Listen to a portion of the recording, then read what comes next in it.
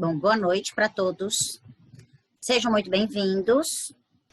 Vamos à nossa última aula do módulo respiratório. Tudo certo? É engraçado que apesar desse módulo ser pequenininho, em volume de slide, ele é muito rico, no sentido de coisas que a gente usa muito. Então, assim, são medicações que usamos muito, são conceitos que usamos muito, né? Então, tá aí uma coisa que todos nós estamos vivenciando demais, são as pneumonias, né? Nunca tivemos tantos problemas relacionados à pneumonia. A pneumonia é uma infecção que se instala nos pulmões, podendo acometer a região dos alvéolos pulmonares.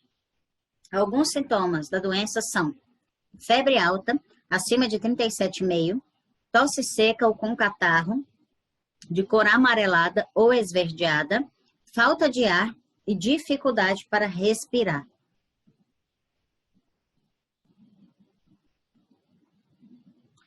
No caso da pneumonia, nós temos as pneumonias que são sintomáticas e nós temos algumas pneumonias que são muito silenciosas. Assintomáticas no sentido de a pessoa não faz febre. Há uns 2 anos atrás eu passei isso com algumas pessoas que eu tratava, a pessoa não fazia febre.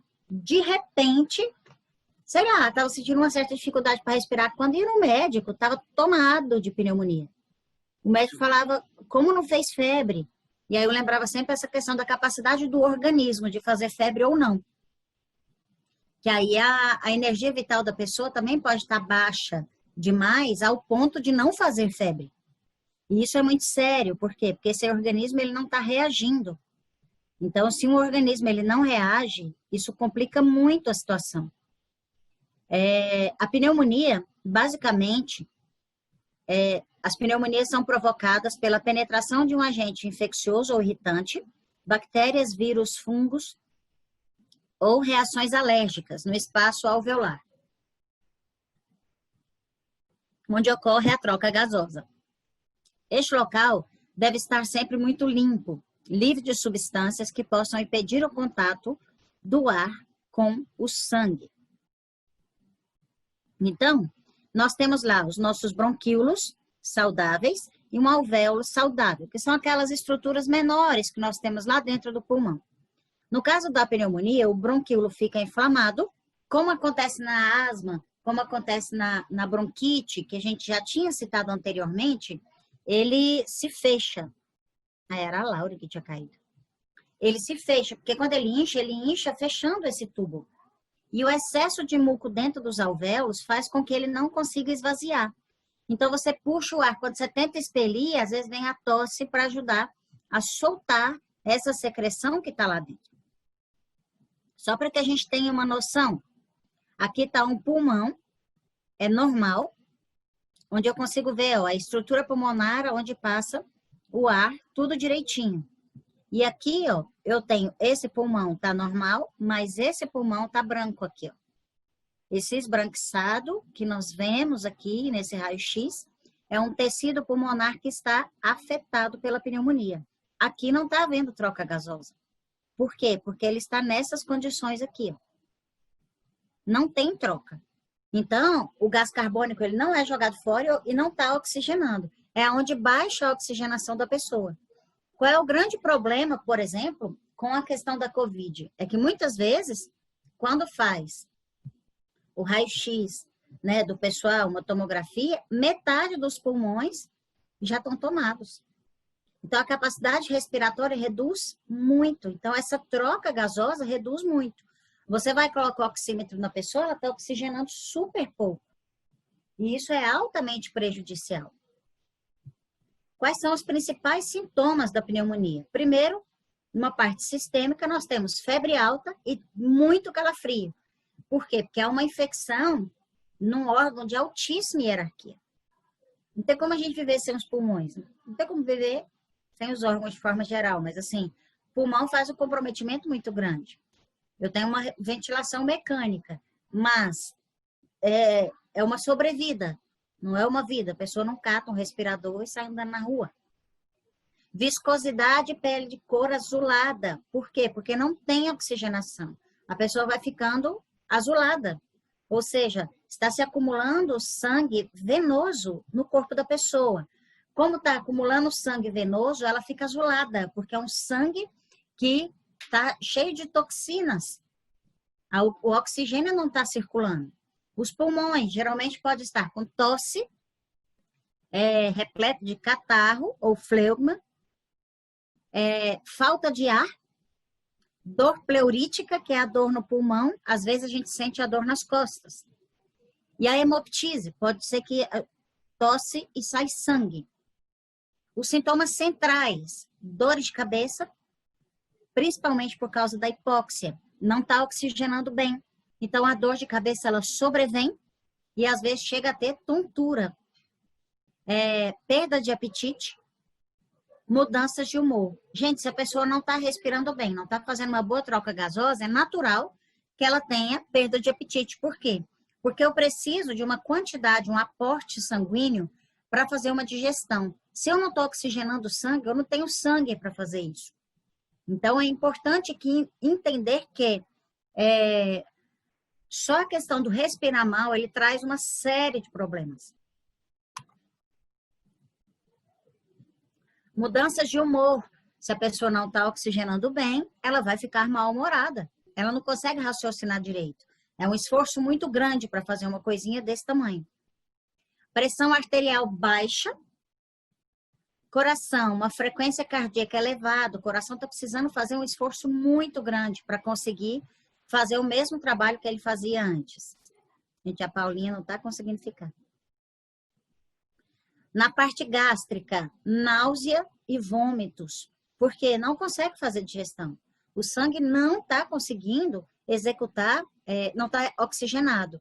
E aí a quantidade, o aporte sanguíneo para fazer digestão, ele está muito baixo. Então, vai ter náusea e pode chegar a vomitar. E aí a pessoa vai enfraquecendo cada vez mais, porque ele não consegue, sabe, se alimentar, reter nutrientes para conseguir combater. Pneumonia homeossoma, que é o que nós estamos vivenciando aí bastante. Desespero secreto, mágoa profunda e falta de coragem para continuar. Isso é muito sério. E isso é bom que a gente aborde no sentido de que eu tinha feito um videozinho há muito tempo, eu falei, a Covid vai matar muita gente, mas o desespero também vai.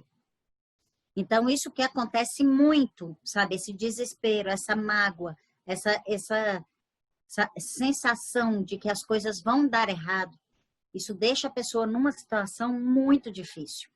E isso faz com que o pulmão fique ainda mais fragilizado. E esse pulmão fragilizado coloca tudo a perder. Então, nós precisamos ter muita certeza do que vamos fazer, nós precisamos ter muita confiança, mudar a nossa vibração, como a Melissa falou pra gente até naquela live, e ela fala bastante nos vídeos dela. Sigam lá a Melissa no YouTube, que ela tem os videozinhos maravilhosos. Oi? Então, assim, esse desespero faz com que tenhamos uma baixa da nossa imunidade e deixamos o pulmão extremamente exposto, porque nós inspiramos esse desespero. Ontem eu atendi uma grande amiga, que é consteladora, aí ela falou, Paty, você consegue perceber a respiração do planeta? Aí eu falei, não, porque aqui, acho que por causa da praça e tal, e o povo na rua, você não tem uma quietude, assim, de som mesmo. Aí ela mora num setor aqui em Brasília, chamado Parkway, e junto de uma mata, assim, então é bem barulho de natureza. Ela falou, Paty, quando eu vou meditar assim, que eu fico quietinha, ou que tá à noite, ela falou assim, eu consigo escutar a dificuldade respiratória do planeta. É uma vibração, sabe, é muito, muito difícil. Por quê? Porque tem muita gente passando mal, muita gente doente, muita gente em desequilíbrio. Ela falou, dá uma certa agonia perceber que estamos, né, num ambiente onde para sair dessa vibração é muito complicado. E aí a gente acaba se colocando, se a gente colocar na mesma vibração do planeta, do jeito que está, a gente pode cair. É importante, neste momento, tentarmos ficar numa vibração superior ao que nós estamos conseguindo agora no nosso planeta, porque o planeta está doente. Nós estamos passando um período de desequilíbrio planetário mesmo, não tem jeito. Cansado da vida, busca entender suas emoções através de sua razão ou lógica. De novo, eu vou voltar para o assunto da pandemia, porque é uma pneumonia. Quantos de nós, quando não fomos para esse recolhimento social, por consciência ou por obrigação, não fomos pensar em várias coisas, várias emoções que passavam em nossa mente e em nosso coração. Neste momento que damos muita atenção para isso, tudo isso toma uma proporção enorme. Por que que os idosos, até emocionalmente, eles estão mais expostos à pneumonia? Porque eles ficam mais sozinhos, eles têm menos atividades, já têm um corpo mais enfraquecido, claro, nem todos. Todos tem vários aí que têm organismos muito fortes. Mas tem um emocional, uma sensação de abandono maior. Ele já vibra mais num miasma específico que favorece a pneumonia, que é o tuberculinismo. E o tuberculinismo tem essa questão de buscar a existência. O que eu vim fazer aqui? Qual que é a minha função? Por que está acontecendo isso comigo? Quem faz esse tipo de reflexão é o tuberculínico. Solte o que te faz sofrer e liberte-se da dor que habita seu peito. E solte mesmo. A Melissa hoje postou, que eu já compartilhei, que eu vou postar depois. Um homenzinho agarrado num cactus. Depois você põe lá no grupo, pessoal, Melissa. Pode pegar todos. Eu pego vários seus também. Presta atenção, quase todo dia eu pego um seu. Aí tá um homenzinho agarrado num cactus, chorando, tá doendo. Então, assim, mas a dor de soltar ainda é maior do que a dor de permanecer. Então, quando nós percebemos uma pessoa que faz pneumonia de repetição, nós precisamos alertar com relação à questão de ficar agarrado na dor. E muitas vezes nós estamos lá segurando, aquela figurinha, ela ilustra muito bem isso. Sabe, de você ficar ali na dor, tá doendo, aí alguém fala, solta, não posso. Posso compartilhar uma coisa que aconteceu hoje? Pode. Foi uma coisa engraçada que eu postei aquilo lá e eu tô atendendo uma menina, tava na 4ª sessão semanal de terapia. E aí ela, na verdade, assim, a gente fez uma vez, eu atendi ela dali 15 dias, depois dali 15, então vamos fazer toda semana, então tá. E eu fui trabalhar um negócio que chama crença mãe, que assim, tá, cadê a mãe das suas dores pra gente partir daqui adiante? E ela adorou, falou que foi um alívio, porque ela tem asma e alergias, assim, que ela fica na carne viva, uma coisa muito bizarra, desde que ela tem 3 anos. E aí tá, aquilo mexeu com um monte de coisa com ela, mas eu falei, ó, às vezes dói, mas a gente vai passar por isso junto, você não precisa passar por isso sozinha, e dando todo o suporte com a homeopatia, fazendo um monte de detox, porque ela tá com alergia de viver. Assim, sabe aquele exame que você não sabe aonde você põe a mão? É eu dela. Inclusive, ela foi a menina que mandou lá o remédio para a farmácia que eu te pedi ajuda, os remédios. Bom, hoje ela tinha sessão ontem, aí eu atendo online, então na hora da sessão eu liguei, ela estava dormindo, ela esqueceu da sessão.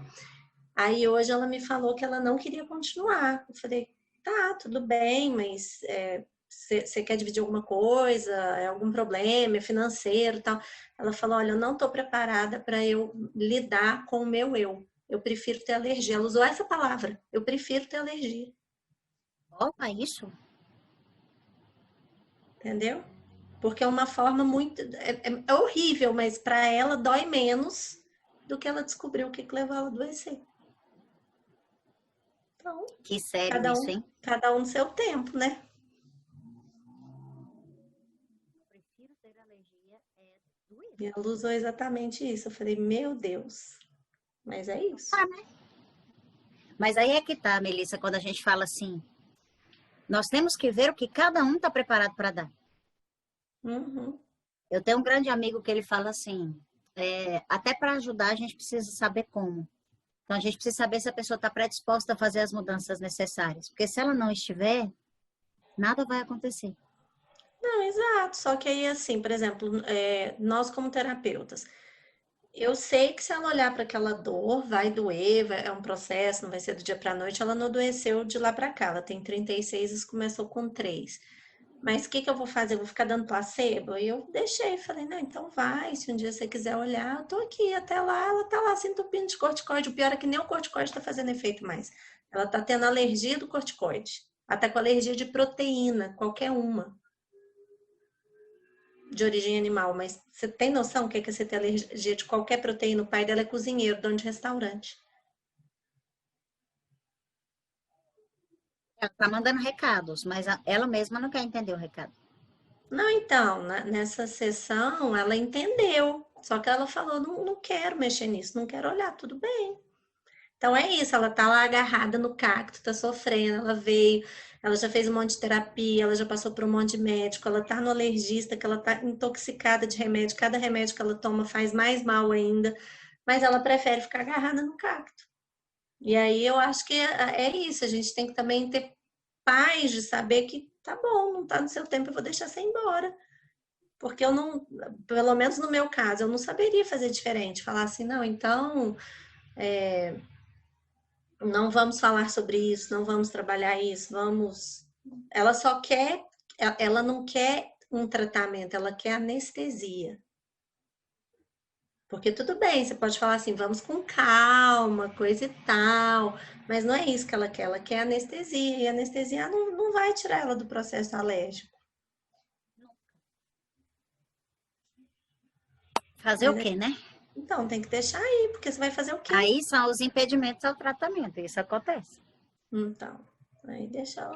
E aí vem exatamente isso aqui, ó. Acredite que o tempo resolve tudo. Exatamente. E Assim, vai eu achei resolver legal isso. compartilhar, porque, lógico que como terapeuta eu fico um pouco, poxa, se ela quisesse Frustrada, né? Porque olhar, você fala, caramba, tem como a pessoa ficar bem. exato, só que por outro lado é isso, você tem que respeitar o tempo da pessoa, nem todo mundo está preparado para aquilo, e nem todo mundo quer, e aí ela tem que procurar realmente outro profissional. Então, eu acho, assim, eu achei legal compartilhar isso, porque é muito isso que você está falando, e eu passei por isso hoje. Assim, eu falei, não, tem que O compartilhar. acaso não existe. Hã? O acaso não existe. É, Vai ser uma coisa crônica, de repente aí o miasma mesmo, né? A pessoa está resistindo, mas talvez aí é tentar. Bom, já foi, né? Então, Mas é uma coisa, sabe, Marcelo? Se você for olhar até pela questão do miasma, eu falo que o miasma cancerínico, você vai estar no curso, a Laura também. O miasma cancerínico, eu falo que é tipo uma síndrome de Estocolmo. Vocês lembram o que é a síndrome de Estocolmo? sim, a pessoa Onde você gosta. tem alguém que te faz sofrer, um abusador. É um masoquismo sofisticado. É tipo isso. Mas você desenvolve o amor, sabe? Um fascínio por aquilo que te faz sofrer. Tipo o povo brasileiro com os que ele elege, mas tudo bem, chega. Quase isso. Eu gosto de falar de política, não, mas é quase isso. Então, assim, é essa sensação de o cancerínico é isso. Isso aqui me faz sofrer. Então fala que faz sofrer, vai lá, resolve. Não, não posso. Então isso é o cancerinismo, sabe? Aí ele se destrói, mas ele permanece lá. Então, quando a gente vai olhar para um miasma nesse sentido, essa alergia que ela tem é uma alergia de pele, né? Qualquer pessoa falaria que era o quê? Dentro dos miasmas. Psora. fala que é psora, mas ela é absolutamente cancerínica, essa menina. Eu dei acônitum para ela e foi ótimo, ela começou a falar, só que aí ela não quer falar. Porque o cancerínico também faz isso, não quer falar, vou parar de falar. Não, é pena silenciosa. Tá tudo bem. Eu gostei do cactus, né? Abraçada no cara. De repente dá cactus para ela, pode ser. Não. Tem remédio de cactus? Deve ter. Se não tiver, fazemos. É, A Lauren faz. cactos grandifólios. Bom, ela, como diz você, já foi, mas assim, fica para um. mas próximo. tem o remédio do cactus, é o cactus grandifolhos. Porque eu Posso acho até que às postar a vezes matéria assim, médica dele depois para o vocês. que podia pensar era, sei lá, que não fui rápido demais com ela, mas não fui, porque 4 sessões eu demorei 3 meses para fazer as 4 sessões. Então, assim, foi muito em doses homeopáticas mesmo, não errei no remédio, ela não passou mal com o remédio, mas ela falou, eu tô descobrindo um eu e eu não tô preparada para descobrir o meu eu prefiro as minhas alergias. Também é uma consciência muito grande, né? Poxa, Melissa, pelo menos ela falou, né? Falou. Porque eu tenho pessoas aqui que eles simplesmente correm do tratamento e falam, não, tá tudo bem. É cancerínico até para correr do tratamento. Não, ela chegou Ela chegou falou. e falou. Pelo menos isso foi bom. Eu acho que sim, porque ela não falava nada. Falava zero. Aquilo que a gente pensava que era assim, altamente psórico, de repente você entende o cancerinismo de um jeito maravilhoso e fala, cara, é isso. Essa pessoa, ela tá vibrando um cancerinismo violento. E ela vai chegar numa degeneração, porque ela tá buscando essa degeneração que ela tá fazendo com ela mesma. Né? Desapegue de tudo que te adoece e abra-se para a vida respirando livremente. Então, solte as coisas que fazem te adoecer. Muitas vezes nós estamos em relacionamentos absolutamente tóxicos, até com os nossos pais, nossas mães, nossos irmãos, e não percebemos que isso nos adoece. Você é lindo, mas não é para morder minhas coisas. Então, muitas vezes a gente está vibrando muito nisso. E a gente não percebe que muitas vezes temos que sair de perto. Por exemplo, temos muitas vezes aí mães masoquistas. Eu queria falar mães narcisistas. Quem disse que veio o nome certo, gente? Volta. Temos aí as mães narcisistas que judiam muito, principalmente das filhas. E as mães narcisistas, elas dominam o filho. Maltratam a filha, dominam o filho. Em que aspecto? Todos os homens são dela. Que é a mãe Laquesis, né? Então, todos os homens são dela.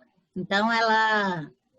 Não sei se foi nessa turma que falou que tinha uma menina que estava muito revoltada porque a mãe chegava e pegava nos genitais do marido dela.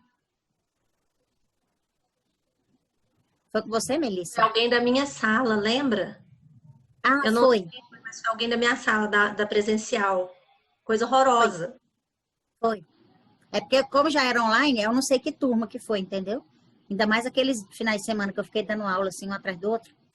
Diz que era uma mãe narcisista violenta, que o filho chegava na frente da esposa. Ela pegava, enchia a mão, e pegava nos genitais do rapaz, do homem, e falava, isso aqui tudo é de mamãe. Na frente da esposa. Tá bom pra vocês? Não, inclusive era noiva e o noivado acabou acabando. E era o segundo noivado, porque como Essa que vai casar? essa sogra ninguém merece, né? Pelo amor de Deus. Não, e diz que ele não reagia. Ele não reagia. Aí você olha uma situação dessa e fala assim, cara, ou ele dá um cessa na mãe, Não. ou não vai casar nunca, e não vai casar nunca. E aí é o caso das mães narcisistas. Esses filhos das mães narcisistas adoecem muito. Eu já atendi algumas mulheres, filhas de mães narcisistas, com a autoestima no pé, porque elas competem muito, né? muito. Ô, Patrícia, não é aqui da homeopatia, mas deixa eu te falar, narcisista, eu não sou Oh, meu Deus, qual que é o nome? Eu não sou psicanalista. Mas até onde eu sei do narcisismo, tipo assim, você tem que excluir aquela pessoa da sua vida porque não tem o que fazer com ela. E como você faz quando o narcisista é sua mãe?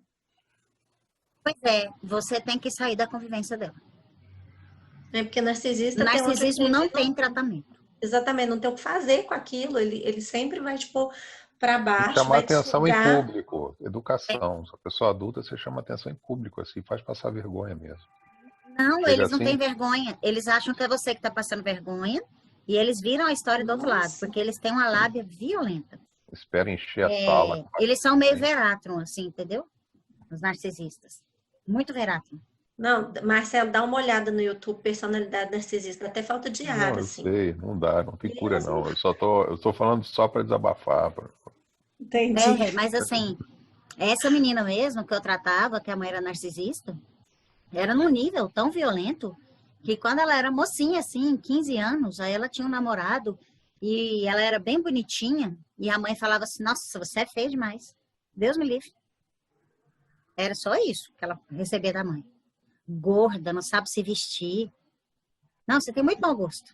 Aí, quando o namorado chegava para buscar ela, às vezes ela estava no quarto se arrumando, ela virava pro namorado e falava assim, fica ela não, ela te trai. É puta, minha filha. Presta não. Deus O cara amor. virava as costas e ia embora, ela não sabia por quê. Teve gente que ela foi descobrir muitos anos depois. Isso ali ela chorava. Aí a mãe pegava e falava, isso é que dá ser feia aí, ó. O cara nem quer Deus você. Ninguém quer te comer. Falava desse jeito. Gente, era nesse nível. Eu tô falando sério. Essa pessoa tentou suicídio várias vezes. Por motivos óbvios. Eu não aponto o dedo para ela. Quando ela chegou lá, ela tava na, sei lá, na quarta ou quinta tentativa de suicídio. Depois tem terapeuta que diz para não jogar culpa nos pais. Só a provocação, A culpa é da mãe. Então, nós, como mães, temos que ficar espertos. para que a gente não faça um estrago. Mas era nesse nível, só para vocês terem noção. Aí você fala assim, o que faz com a mãe dessa? Eu virei para ela e falei, sai de perto. Aí, esses tempos, ela precisou, ela veio, ela estava fora do país. Ela foi morar fora do país, graças a Deus. E aí, ela teve que vir no Brasil e teve que ficar 15 dias na casa da mãe. Ela não aguentou. Ela mandou mensagem para Raimundo e falou, você me arruma um horário, pelo amor de Deus, senão eu vou enlouquecer. Eu falei, minha filha, você trabalha, você não tem dinheiro para pagar um hotel, não? Amiga não tinha, porque a mãe não deixou ela construir amigos ao longo da vida. As amigas, a mãe ia lá, fazia intriga, mentira, tudo vocês pensarem. Mas Laqueses, nesse caso aí, teria alguma utilidade. Para a mãe. Né? Isso, claro. Sim. Aí tinha que dar um laqués na mil, amarrar essa mulher louca. Que era para ela não exonerar. Porque, meu Deus, não tem condição. Mas é que essa pessoa, ela nunca vai aceitar tomar nada, porque justamente ela é tão narcisista que o problema está sempre no resto do mundo, nunca dela. Ela não faz terapia.